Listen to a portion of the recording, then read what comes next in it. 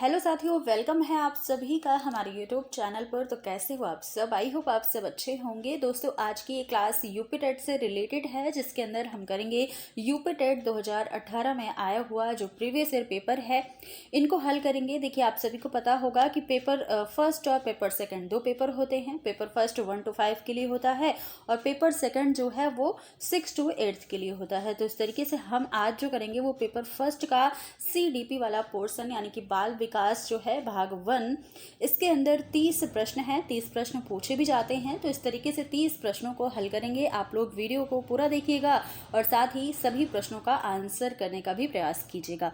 तो चलिए क्लास को स्टार्ट किया जाए। देखते हैं कि CDP के अंदर कौन कौन से क्वेश्चन यहाँ पर पुटअप किए गए थे। तो पहला प्रश्न आप देख पा रहे होंगे, कोहलर यह सिद्ध करना चाहता था कि सीखना।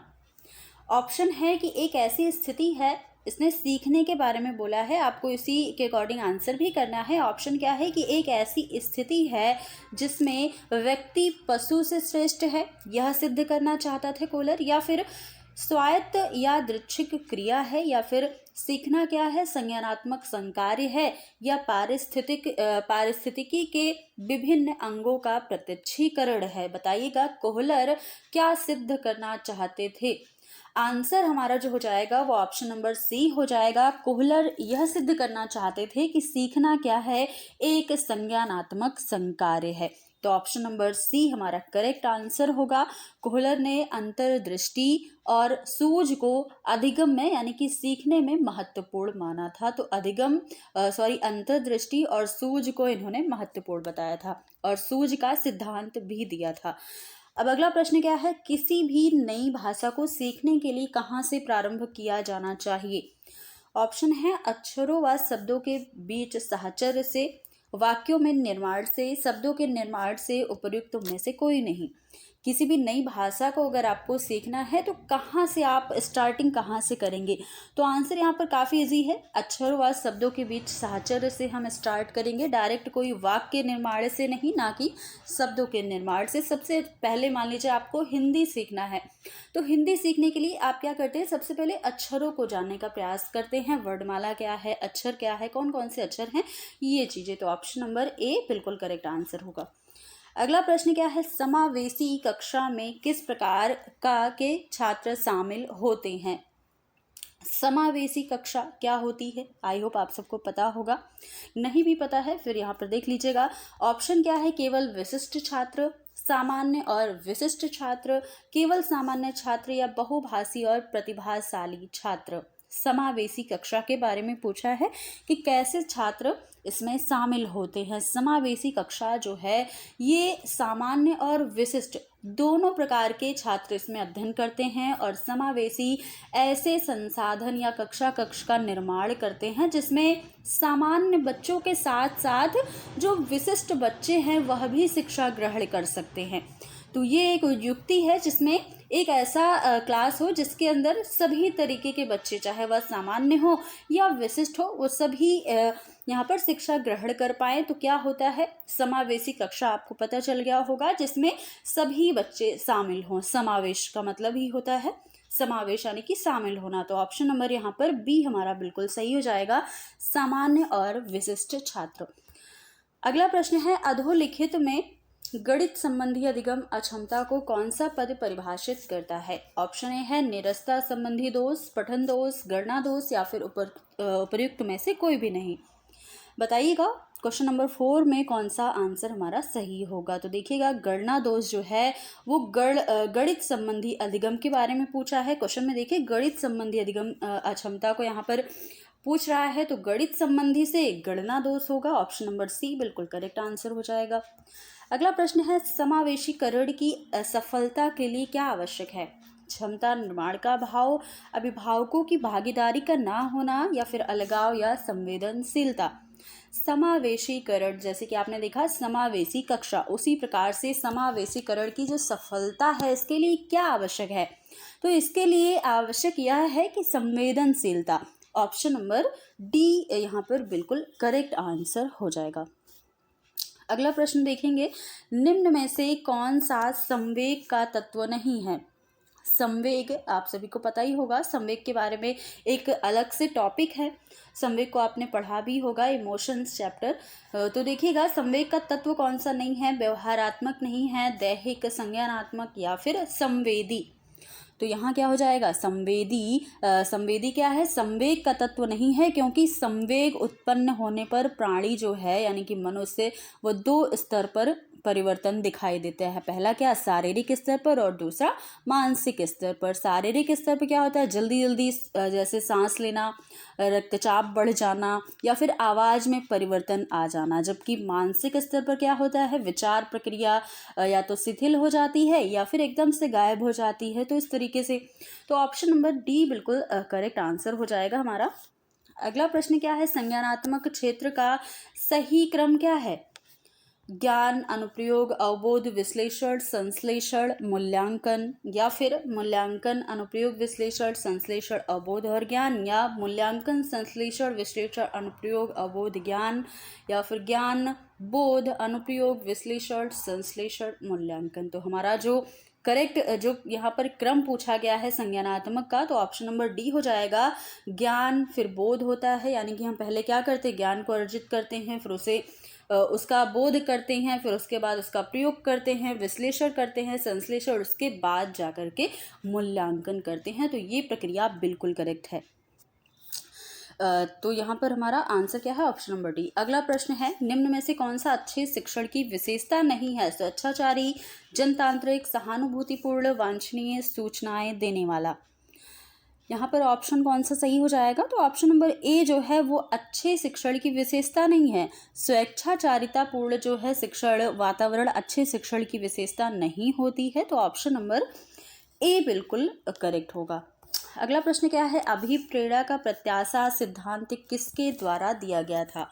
ऑप्शन देखिएगा, ऑप्शन क्या है, विक्टर ब्रूम, मास्लो, हर्जबर्ग और स्किनर। तो चार ऑप्शन दिए गए हैं यहाँ पर। अभिप्रेरणा का प्रत्याशा सिद्धांत जो कि विक्टर ब्रूम के द्वारा, ये एक रटने वाला प्रश्न है, यानी कि आपको आना ही चाहिए, इसमें कोई लॉजिक नहीं होता है। तो ऑप्शन नंबर ए ध्यान रखिएगा, बिल्कुल करेक्ट है। अगला प्रश्न है, अग्रिम व्यवस्थापक प्रतिमान किस परिवार से संबंधित है। ऑप्शन है व्यक्तिक, सामाजिक अंतःक्रिया, या फिर तीसरा क्या है, तो यहाँ पर आप देखिएगा तीसरा जो हमारा ऑप्शन है उसके लिए हमें जाना पड़ेगा थोड़ा सा ऊपर। तो देखिए तीसरा ऑप्शन क्या है, सूचना प्रक्रियाकरण, और चौथा ऑप्शन व्यवहार परिमार्जन।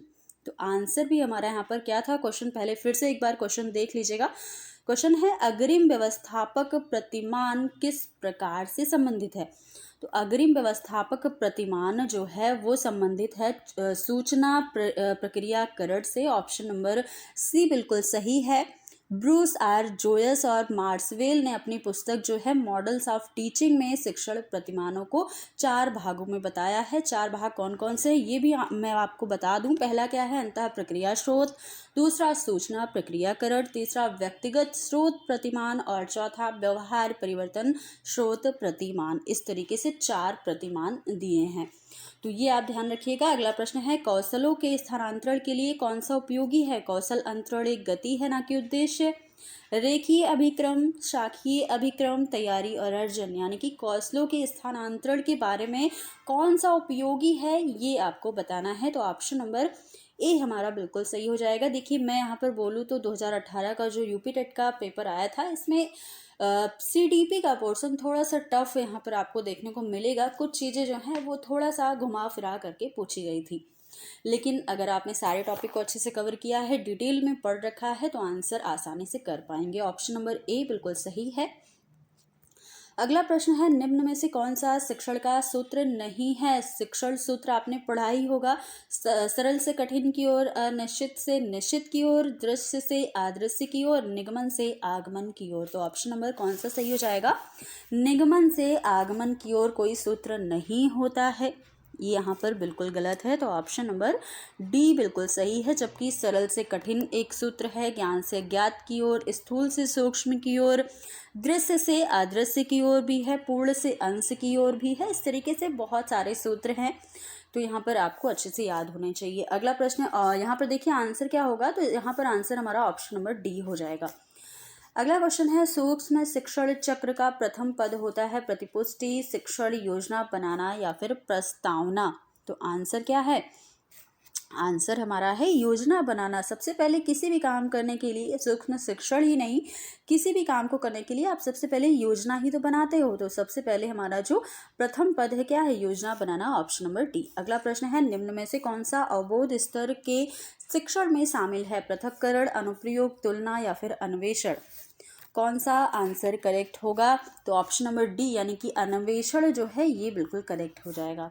अगला क्वेश्चन, शैक्षिक सुधारों में प्रभावी विकेंद्रीकरण तभी संभव होगा जब, आपको तीन यहाँ पर दिए गए हैं पॉइंट, जैसे कि जब खंड और संकुल संदर्भ केंद्रों की भागीदारी बढ़े, या फिर स्थानीय संदर्भ व्यक्ति उपलब्ध हो, अध्यापकों के पास संसाधन और प्रासंगिक सामग्री भी मौजूद हो। तो सही उत्तर आपको बताना है कौन सा हो जाएगा। जो यहाँ पर हमारा सही उत्तर है वो तीनों, और जहाँ पर जो स्टेटमेंट है वो बिल्कुल करेक्ट है, यानी कि 1, 2 और 3 बिल्कुल सही हो जाएगा। इसी के साथ अगला प्रश्न क्या है, एक छात्र पढ़ रहा है, उसका नाम लेकर किसी ने बुलाया। मान लीजिए आप ही पढ़ रहे हो, तो आपका नाम लेकर अगर किसी ने बुलाया है, तो इसमें से जो नीचे ऑप्शन दिए गए हैं, इसमें से कौन सा संवेदना जो है उस छात्र यानी कि आपकी अनुक्रिया प्रकट करेगा? संवेदना सुन लीजिए, दृष्टि संवेदना, स्पर्श संवेदना, ध्वनि संवेदना या फिर प्रत्यक्ष संवेदना, बताइएगा। देखिए, आपको किसी ने बुलाया है तो जाहिर सी बात है क्या, ध्वनि संवेदना है। ऑप्शन नंबर सी बिल्कुल करेक्ट है। अगला प्रश्न है, पियाजे के सिद्धांत के अनुसार प्राक संक्रियात्मक अवस्था की अवधि क्या है? पियाजे का सिद्धांत क्या है? सबसे पहले तो यही आप बताइएगा कमेंट बॉक्स में। अगर आपको पता है, आपने पढ़ा है, तो कमेंट बॉक्स में आप जरूर इसका आंसर कीजिएगा। पियाजे ने संज्ञानात्मक विकास का सिद्धांत दिया है और 4 अवस्था बताई है। कौन कौन सी? संवेगात्मक गामक अवस्था, प्राक संक्रियात्मक अवस्था, मूर्त संक्रियात्मक अवस्था और औपचारिक संक्रियात्मक अवस्था। ये 4 अवस्थाएं बताई हैं। पूछा क्या है, प्राक संक्रियात्मक अवस्था की अवधि क्या है? तो यहाँ पर क्या हो जाएगा, 2 वर्ष से 7 वर्ष, यानी कि ऑप्शन नंबर सी बिल्कुल करेक्ट है। इसी के साथ अगला प्रश्न देखिएगा, निम्न में से कौन सी बाद की बाल्यावस्था के निम्न में से कौन सी बाद की बाल्यावस्था के बौद्धिक विकास की विशेषता नहीं है? ऑप्शन नंबर ए है भविष्य की योजना की सूझबूझ, विज्ञान की काल्पनिक कथाओं में अधिक रुचि, बढ़ती हुई तार्किक शक्ति, काल्पनिक भयों का अंत। कौन सा ऑप्शन करेक्ट होगा? बाल्यावस्था के बौद्धिक विकास की विशेषता के बारे में पूछा गया है कि कौन सी विशेषता नहीं है। तो भविष्य के योजना की सूझबूझ नहीं होती है बाल्यावस्था के अंदर, तो ऑप्शन नंबर ए बिल्कुल करेक्ट है। देखिए, 1-2 अपवाद तो आपको मिल ही जाएंगे, वैसे ये यहाँ पर विशेषता नहीं मानी जाती है। ऑप्शन नंबर ए सही होगा। अगला प्रश्न है, इनमें से कौन मनोवैज्ञानिक भाषा विकास से संबंधित है? मनोवैज्ञानिक भाषा विकास की बात हो रही है, पावलाव संबंधित हैं, बिने संबंधित हैं, या फिर 2 ऑप्शन और आपको दिख जाएगा, चॉम्स्की और मॉस्लो।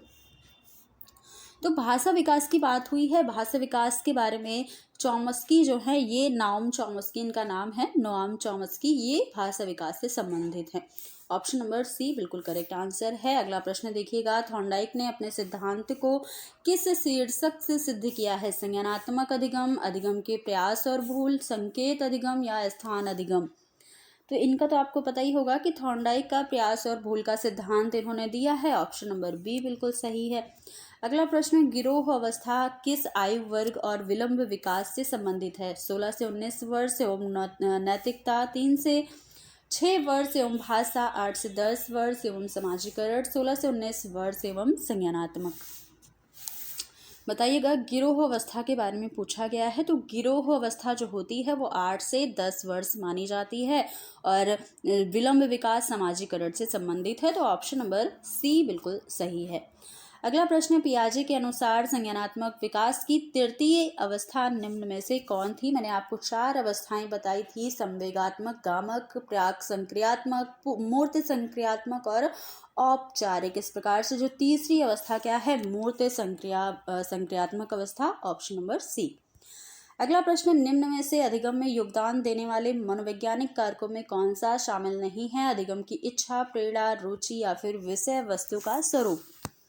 बताइएगा क्वेश्चन नंबर 23 में कौन सा ऑप्शन हमारा सही होगा। तो अधिगम में योगदान देने वाला जो कारक है कौन सा शामिल नहीं है। विषय वस्तु का स्रोत यानी स्वरूप जो है यह कोई कारक नहीं है, महत्वपूर्ण कारक या मनोवैज्ञानिक कारक नहीं माना जाता है, जबकि अधिगम की इच्छा, प्रेरणा, रुचि ये सारे एक मनोवैज्ञानिक कारक हैं जो कि अधिगम में योगदान देने वाले हैं। तो option number D correct answer होगा। अगला प्रश्न क्या है, निम्न में से सामाजिक मूल्य कौन सा है। सहायतापरक व्यवहार है, प्राथमिक लक्ष्य है, मूल प्रवृत्ति है या आक्रामकता की आवश्यकता। कौन सा सामाजिक मूल्य है। तो सामाजिक मूल्य जो वो सहायता परक व्यवहार होना चाहिए, ये एक सामाजिक मूल्य, सामाजिक नैतिक मूल्य माना जाता है। तो ऑप्शन नंबर ए बिल्कुल सही है इसका। तो आंसर आप सभी ऑप्शन देख के ही कर पा रहे होंगे। अगला प्रश्न क्या है, पश्च अन्वेषण तथा साधन साध्य विश्लेषण निम्न में से किसके उदाहरण हैं। स्वतः शोध, एल्गोरिथम, मानसिक वृत्ति, प्रकार्यात्मक स्थिरता। बताइए यहाँ पर आंसर जो है हमारा हो जाएगा स्वतः शोध जो विधि है। इसमें व्यक्ति समस्या का समाधान करने के लिए सभी विकल्पों को नहीं ढूंढता है, बल्कि क्या करता है, सिर्फ उन्हीं विकल्पों का चयन करता है जिसमें समस्या समाधान करने की कोशिश होती है। तो यहाँ पर ऑप्शन नंबर ए यानी कि स्वतः शोध आंसर हो जाएगा। अगला प्रश्न है सीखने, यहाँ पर एक क्या है स्टेटमेंट दिया गया है। कथन और कथन वाला जो क्वेश्चन है ये आपको रटना ही पड़ता है, क्योंकि ये जो कथन वाले क्वेश्चन होते हैं ये आप अगर अच्छे से कई सारे ऐसे कथन हैं जो एग्ज़ाम में रिपीट होकर आए हैं, तो आप कई सारे ऐसे जो प्रीवियस ईयर में आते हैं कथन वही आप अच्छे से अगर पढ़ लेंगे तो एग्ज़ाम में फंसने का बिल्कुल चांस रहता है। तो देखिएगा क्वेश्चन क्या है, सीखने के वक्र अभ्यास द्वारा सीखने की मात्रा, गति और प्रगति की सीमा को ग्राफ पर प्रदर्शित करते हैं। यह कथन किसने कहा था। स्किनर, रॉस, एबिंगहॉस या इनमें से कोई भी नहीं। तो आंसर हमारा हो जाएगा, आपको बताना है इसका आंसर क्या होगा। देखिए यहाँ पर जो ऑप्शन है आई थिंक यहाँ पर ऑप्शन गलत दिया गया है, क्योंकि हमारा जो आंसर होगा ये कथन कहा गया है गेट्स और अन्य के द्वारा। तो इसका आंसर क्या होगा, गेट्स और अन्य हो जाएगा। तो ये आप ध्यान रखिएगा, ऑप्शन इसमें सारे ऑप्शन बिल्कुल गलत है। तो गेट्स व अन्य आप कर लीजिएगा, ये हमारा आंसर हो जाएगा। अगला प्रश्न देखिए, निम्न में से कौन सा थॉर्नडाइक के अधिगम के प्राथमिक नियमों में शामिल नहीं है। साहचर्यात्मक स्थानांतरण का नियम, अभ्यास का नियम, प्रभाव का नियम, तत्परता का नियम। तो यहाँ पर अधिगम का जो 3 मुख्य नियम है, अभ्यास, प्रभाव और तत्परता का नियम है, और 5 गौड़ नियम इन्होंने भी दिया है, जैसे कि बहुअनुक्रिया का नियम, आंशिक क्रिया, सहचर्यात्मक, मनोवृत्ति और सादृश्यता। इस प्रकार से 3 मुख्य नियम और 5 गौड़ नियम थॉर्नडाइक ने दिए हैं। तो यहाँ पर गौड़ नियम के बारे में बात हो रही थी, यानी कि प्राथमिक नियम के बारे में। तो 3 प्राथमिक नियम यहाँ पर बताए गए हैं, जबकि ए वाला जो है ये प्राथमिक नियम नहीं है, ये गौड़ नियम माना जाएगा। ऑप्शन नंबर ए बिल्कुल सही है। अगला प्रश्न है, अनुकूलित अनुक्रिया सिद्धांत किसके अनुकूलन पर बल देता है। तर्क, व्यवहार, चिंतन या फिर अभिप्रेरणा। बताइएगा कौन सा आंसर हमारा सही होगा। तो व्यवहार जो है ये बिल्कुल सही हो जाएगा। व्यवहार, अनुकूलित अनुक्रिया सिद्धांत जो है वो व्यवहार पर बल देता है। ऑप्शन नंबर बी बिल्कुल करेक्ट है। अगला क्वेश्चन है, क्रिया प्रसूत अनुबंधन का दूसरा नाम क्या है। समीपस्थ अनुबंधन, नैमित्तिक अनुबंधन, प्राचीन अनुबंधन या चिन्ह अनुबंधन। यहाँ पर सबसे पहले तो ये आप कमेंट करिए कि क्रिया प्रसूत अनुबंधन सिद्धांत किसके द्वारा दिया गया था, और इसका जो दूसरा नाम है, दूसरा नाम क्या हो जाएगा। क्रिया प्रसूत अनुबंधन सिद्धांत का दूसरा नाम हो जाएगा नैमित्तिक अनुबंधन। ऑप्शन नंबर बी, और यह सिद्धांत दिया था स्किनर ने। तो ऑप्शन नंबर यहाँ पर बी आपको लगाना है। अगला प्रश्न है जो यहाँ पर लास्ट क्वेश्चन होगा, निम्न में से कौन सी अधिगम की एक विशेषता नहीं है। अधिगम का अवलोकन प्रत्यक्ष रूप से किया जा सकता है। अधिगम व्यवहार में अपेक्षाकृत स्थायी परिवर्तन है। अधिगम प्राणी की अभिवृद्धि है। अधिगम एक लक्ष्य उन्मुख प्रक्रिया है। बताइएगा कौन सा आंसर सही होगा। तो अधिगम की विशेषता नहीं है पूछा है, नहीं है। अधिगम का अवलोकन प्रत्यक्ष रूप से नहीं किया जा सकता है, ऐसा नहीं है। तो ऑप्शन नंबर ए बिल्कुल सही हो जाएगा। और भी कई सारी विशेषताएं हैं अधिगम की, जैसे कि अधिगम क्या है? एक लक्षणोन्मुखी प्रक्रिया है, अधिगम क्रियाशील प्रक्रिया है, अधिगम विवेकपूर्ण प्रक्रिया है। कई सारी विशेषताएं ऐसे आप पढ़ते जाएंगे तो बहुत सारी विशेषताएं आपको मिल जाएंगी। तो आंसर क्या होगा? ऑप्शन नंबर ए बिल्कुल सही होगा। तो दोस्तों आज ये 30 प्रश्न यहाँ पर हमने सीडीपी के लिए थे, जो कि 2018 में यूपी टेट पेपर 1 के अंदर पूछे गए थे। आई होप आपको यहाँ पर सारे क्वेश्चन का अच्छे से आंसर मिल गया होगा। तो अगर आपको ये वीडियो अच्छी लगे तो वीडियो को लाइक शेयर करना ना भूलिएगा, और चैनल पर नए हैं तो चैनल को भी सब्सक्राइब करके जाइएगा। फिर मिलते हैं अगले वीडियो में कुछ नए क्वेश्चन के साथ। तब तक के लिए धन्यवाद।